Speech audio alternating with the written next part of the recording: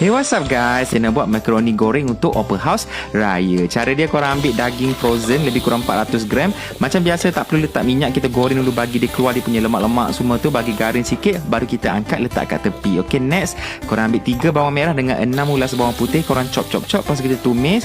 Masukkan 1 hingga 2 sudu cili kisar lah. Masukkan daging tadi. Tambahkan 2 sudu sos tiram, 2 sudu sos tomato, 2 sudu sos cili, and also 3 sudu kicap manis. Lepas tu korang tambahkan 1 cube pati ayam. Kacau-kacau ni kita punya base kuah lah. Okey, untuk makaroni pula, portion dia korang ambil 1 paket yang lebih kurang 400 gram. So, kita masukkan dalam kita punya tumisan tadi and gaul. Lepas tu korang tambahkan lah sikit lah, ada benggala, merah, hijau, kuning, tak kisah warna traffic light.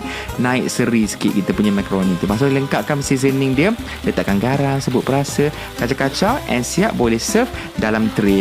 Nak lagi best, korang kena banyakkan hirisan daun sup and also bawang goreng dekat atas. Yang ni lebihkan.